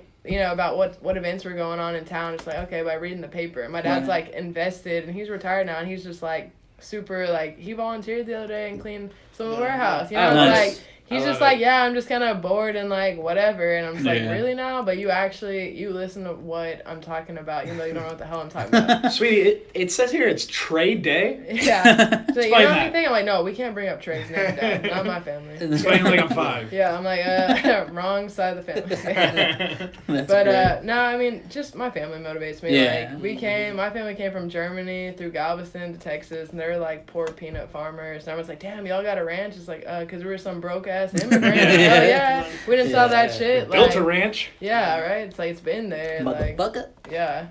That's what's up. So, you know, family motivates me just like Will. Of course. I wanted to know, was there a moment or was there a string of moments that happened where you're like, this, like what you're currently in, like being Bounce and Turn, being DJ Haven't They, everything you're currently in, was there a moment where you're like, I'm committing fully to this? I think when we quit the radio show, I never thought I'd be in the music industry. I just love music. Yeah. And so when I lived overseas, it's like I was just sharing that with people, and that's how I knew people, was just sharing music, and then just like started DJing over there. But literally, like, I haven't DJed since like last February. Last time was at Axelrad with We were there. After Fat Tony. Yeah, I was there. So, and like, I'm like, damn, like, people ask me, I'm like, I like to support my friends. I like to book my friends. Right. And I have to go out and talk to people. You know, it's like, I'm a promoter now, and I'm like, that's so fucking lame. You know? For those that are just listening, she threw up air quotations. Yeah, I hate that shit. I hate the word promoter because that's so janky, you know? I'll say to your credit, the things that are... You're doing better than most promoters. Well, no, the things that come to mind when you consider, like, promoter, like, what you're saying you don't want to go out and be. You've never been that way whenever you've, like, introduced yourself to us or, like, interacted with us. I'm just that person, like, behind the scenes. I look at it as event planner. Yeah. Because even Will, he saw me at it was at SPM's birthday party, and he was just like running around, like still chilling a little bit, but also just like, you know, getting DJ at a turkey leg, like over here doing whatever, kicking people off stage, like. I don't know. But that's the thing. I'm an event producer. So it's like, I don't like to say promoter, but literally when we put the radio show, I was like, all right, I'd have people up. Like, y'all have people up. I'd listen to people, hear what they were complaining about. Oh, OG's this, blah, blah, blah. I'm like, don't fucking blame the OGs. It's not their problem. You know, like in my head, I'm just like, I already know what the problem is. And then I work with OGs. I'm like, okay, I already know what the problem is on everyone. Hearing it from both sides. Yeah. So it's just like, but anyways, promoters, you know, we listen to everything. We consider everything. Of course. You have to. Yeah. I'm not a promoter, but... I moonlight as one on weekends. Any chance there's another Botany Boyz album in the works, or is there already one done on the shelf somewhere? Or? We got enough music for one to be done, but now we got one in the works, man. Oh shit! Okay. Yeah, we gonna be we doing like next year be like Smoking and Leaning 25-year anniversary. Yeah, Oh nice. damn, 25 years. Okay. Next year? Yeah, see, no, Third Coast One was this 20 this year, 2019, because it came out in 99. Damn. Yeah. It's getting to be a real fun time with albums like those. Oh yeah. Like Yeah. they're hitting that 20-year mark. There That's was wild. yeah. We're glad you're all still around. Mm-hmm. Man, poof. So we're glad. Made We're it still 20 holding. years. Yeah, it's still holding. Southside still holding. Shout out Big Angry. Yeah. Hey, one time. That's why I'm sitting here right now. That's everyone's. Hell yeah, same. Okay. Likewise, shout out Big Angry. One time for Big Anger. I'll drink Big to Angry, that. Yeah, I already for finished my real. beer, but For shouts real, out Big Angry. Thanks for letting me quit my radio show, Big Angry. Big Angry, He thanks was for there. putting up with me asking you drunk questions. Real one. Oh Jesus Christ! Yeah, Big Angry was here for our 100th episode, and we. One of us celebrated harder than the other. Yeah, one of us. What were you drinking? Straight Virginia Black, baby. Oh, your favorite Drake, And, and his. yeah. And 8% year-old double IPAs that were probably Well, yeah, like, bacterially infected by that point. Nice. yeah. You know how beer goes. But yeah. That's great. So some of the vendors that y'all have coming up at the SUC 420 event. Yeah. We have, obviously, we got some CBD. Heard about Sorry, it. what's the name of the CBD company? Pacololo Pacololo. Plus. Yeah, so, yeah. I can't speak for everyone else's CBD, but Pacololo packs a punch. Yeah. So, and even Pacololo in the Pacific Islands, it means weed. So I had Yeah. that argument with him. I'm like, I know you're just waiting for your thing to be legal. Oh, You know, yeah. for me to be legal, so I call it Pacololo. Because that Pacololo is hemp. I'm like, actually, like, I've lived in some islands, like, that's actually what they call weed. And Yeah. he's like, but anyways. Yeah, just so an it's actually CBD. contest. It's CBD. Well, actually. But I'm just like, bro, like, it looks like weed, is it or isn't it? But it Mhm. isn't, obviously, because it's Yeah. CBD. So he only sells CBD. Yeah. So we have that. We got Shayla Coffee. They have CBD teas and coffee. Mm. Yeah, they're in the 2nd ward, so they're in the neighborhood. Nice. Also, like, we have a smoke shop, Vapes and Vibes. Weedstonians may be a part of it. Shout out They Weedstonians. make stuff. They make stuff. They got a lot of different stuff. Yeah. Tobacco What? pipes. Met them at my Rizzo show Nice. last March. Yeah, TSF. Shout out TSF.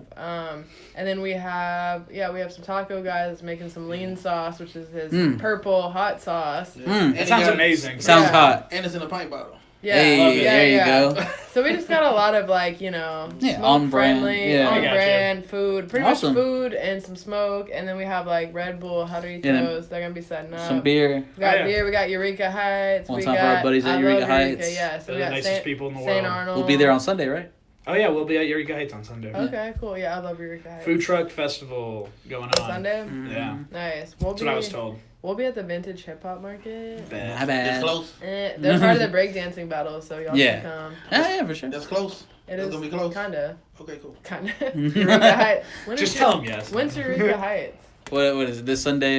You just Sunday, told me about we're it gonna be there at today. noon. Okay. Yeah, I Okay. just booked it today. Okay. It's really nothing going on. Oh. We had a Sunday free, and I know Well, they drink Axelrad's beer kind of there. Selena out this Oh, weekend, yeah. and then we're gonna be at Axelrad for Fat Tony. Selena out. Oh yeah. And so I didn't want to double book. Also, Axelrad. y'all gonna check out Doc Loke and the Swine. He was on the show. Of course, yeah, we've had Doc Yeah, on the show. Henry. He's Yeah. fucking. I've actually been to his house. Didn't know that till I met him. Yeah. Oh, really? Yeah, no, It's not they're as weird as dope. it sounds, I Him and guess. Melissa are dope. No, yeah. Yeah. For backstory, real quick. So He- Garrett isn't as weird as he sounds. He bought We a did hat a- from us, and then you went and we took it did the from Make him. America Trillion pop up, and I left, and his wife messaged us on Facebook and said, "My husband loves Houston everything like Yeah. rap. This I is want to buy the it." dude that he has his own band that did the covers of like Chillin' My Houston Broad and hip-hop. You Already Know Sit with Sideways. the Yeah. like he has a big band or whatever. Mhm. Big and he's genuinely a good guy, and he can name every single person in his band. We tested him on But that. so recently we were hanging Forgot out. And he was himself. saying that one of the rappers that songs they redid with Yeah. their band wants to do like some high school music stuff. So it's Yeah. like so pretty much getting his music sold to local high schools so that they can start playing Houston rap stuff in bands. Nice. Oh, okay. I love that. Like No, yeah. like the music, like No, that. no, Yeah, I thought like you selling the meant- actual like Yeah. music. I thought you meant So- they want to do like poppy stuff. I was No, like oh, they that's want not- like the rapper. See, I don't even know if I'm supposed to share this. Some of the high school It's band. yeah. Yeah, they want So we were talking about like last time I saw him, he was Yeah. like, okay, do you need people that because he's like, Yeah. there's a lot going on because the rights and so it's Yeah. just like they want to get it in different high schools around Houston, Yeah. so that obviously bands can play during Of course. football games and shit. I think that'd be everyone hates a whack ass band. Well, no, I think that'd be a great thing for use in hip hop culture. I heard play June 27. I heard bands play. Yeah, that's awesome. Yeah. My band sucked in high school. Oh man, no, I was gonna suggest, and if it's the rapper I think it is, then it's the high school I'm thinking it would be. But if not, Willowridge High School was in my county. Say the rapper out loud. No, just say it. I won't say yes or no. I just said the high school. She'll just blink. Willowridge. Okay, Willowridge. Just say the rapper. Jesus Christ, Zero. Hey, there we go. Okay, well, Willowridge was in my county, I know, like in my district. Willowridge, I thought Zero. I was like, and they didn't do any Zero covers. Their Willowridge is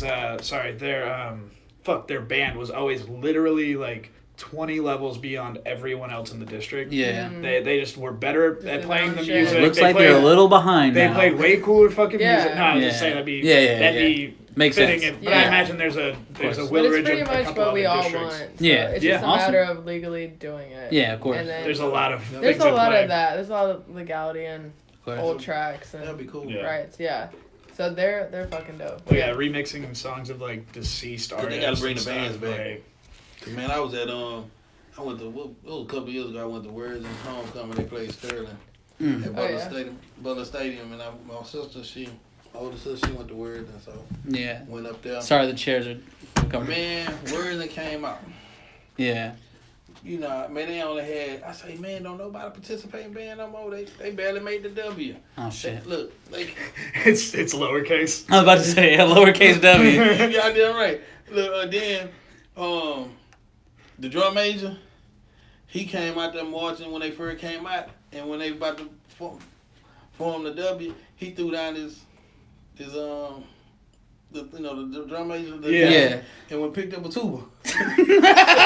Jesus, and went to the top of the W. I say, man, what? It's called cursive. One person's always traveling. Say, man, I say, hey. What happened to the kids in band, man? Like, damn, everybody too cool to be in band. Hey, yo, that kid that plays 2 instruments deserves a fucking scholarship. Yeah. Straight up. That boy dropped down. He was a drum major. Yeah. Came out there dancing and shit. Went and picked up the tuba. Because I wonder why that tuba was just sitting in the middle of the field. And then he switched spots with the drum. Like, it all makes sense. I think their tuba player died and they're honoring him. No. So they had one of each. Like, man. They didn't have sections. They had and people. them games, I'm telling you, that's how we used to go to the football games.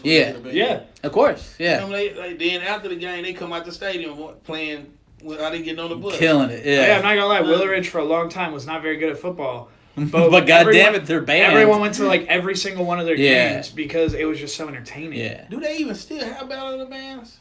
I would. I would imagine like talent shows. I would imagine that they have some type of talent. The Reliant NRG, they used to be not at the big stage. No, the one next to it, the I haven't heard of it recently. But. No, I mean, my ears and eyes aren't out for it, but I have to imagine even if it's like scaled down, there is some type of like. So I know at Sterling, actually, I have some teacher friends, and they asked me to book some like I think Dende went too. Like they had like different like just like a talent show, but with different age groups, not just high school people. Yeah, nice. But I was like Sterling, like it's just it's kind of fucked up though. Talent down there. If I was in high school, my high school had some 35-year-old coming. Yeah, if I was in high school, some 35-year-old won my high school talent competition. Like, hey, fuck you. Yeah, this is extra credit for me. Talent at Sterling. So. Oh yeah, no, for sure. Yeah. Amy, I know you had to leave here, or you have a show to be at in about an hour. I was going to say we can wrap it up here in a little bit. Have anything? No, we're good. We can wrap it up. Cool, sounds good. In terms of where the people can find tickets for the event, it's SUC as in Screwed Up Cannabis or Screwed Up Click 420festival.eventbrite.com. You can also get them at the Screw Shop. We have physical tickets. They're a little bit more just because you get to keep the copy of the art. Cash Everyone only. Loves the art. Yeah, cash only. We're working on getting ATMs at the event. But, I love the shop because they stay true to the cash only rule, like some true OGs, But at the event, we're going to have some card readers at the door, like try to bring cash because we love cash, but it's hard to trace. I don't know if y'all knew that. Yeah, so my bad. By the way, if you're gonna bury cash, put 2 feet deeper. Put some baking soda with it because there's still cloth. It's still cloth, so it will like together. And also, 2 feet deeper. At the Travis Scott, man, we had no card reader for the Screw Shop. We shut down every ATM. I'm at, yeah. That or you just had a bunch of bratty 15-year-olds like, what do you mean you don't get caught? I've been on the phone with some ATM guys. I'm like, dude, trust me. Like, we can get your ATM and make that money back. People will be using the ATM because that's what it is at the shop, and that's why y'all roll. That's why y'all at the shop. And for bounce and turn and everything else, it's lit. The next month we're throwing a crawfish boil. Hey, so we're trying to do like a chill ass and then we're eventually gonna be throwing TJ Screw's birthday party. Hey, July 20th. It's on a Saturday. Yeah, that's when I'm dropping my album. Yeah. Hey, there we go. Y'all heard it here first. Yeah, July 20th, The Dead Legend Was Born Part 2. This is the second one. Yeah. Nice. I like it. Yeah. And where can the people find you on social media and all that other good stuff? Social media, on Instagram, Twitter, and Facebook is Willeen SUC. On all three, you know. And like I say, you can, like Amy say, SUC 420 Festival, Eventbrite.com to get the tickets. Right. Or you come by the screw shop, 3538 West Fuquay. And how we said 3538, we separate the real from the fake. Hell yeah. Hey. And that's what it is. Yeah. There you go. Next Saturday, 3801 Polk Street. It's going down at SUC 420 Festival. Guys and gals, thank you for coming through. We greatly appreciate it. Seriously. Had a good time, man. Yeah, man. Also, I'm so upset at how obvious SUC screwed up cannabis when weed is legal. That's so obvious. It's right there for you guys. Yeah, we said it here right now. Lucky Screw up cannabis. It's going down. It's going down. Like that. We are Southside Collection Cannabis. SouthsideCollection.com. Southside Collection Cannabis one day. Give us 6 years. Yeah. SouthsideCollection.com. Southside Collection on all social media. We have this show. We have our show on Wednesday, Southside Collection Sports, which you could also watch on Twitter and all streaming platforms, as well as this one. Thank you for tuning in this week, guys. Thank y'all. You guys, this Sunday, that is the 14th. Yeah. And maybe the following, the April 20th, we'll be at Axelrad. So if for some reason you want to go to both, definitely go to theirs first, and then we'll get what comes. Exactly. We're here to promote y'all. Y'all go. Thank you for watching, y'all. Episode 113, 311, if you're privy. Amber is the color of your energy. We're out. Thank y'all for coming through, seriously. Well, thank you very much. All right, now the camera's off. You can tell.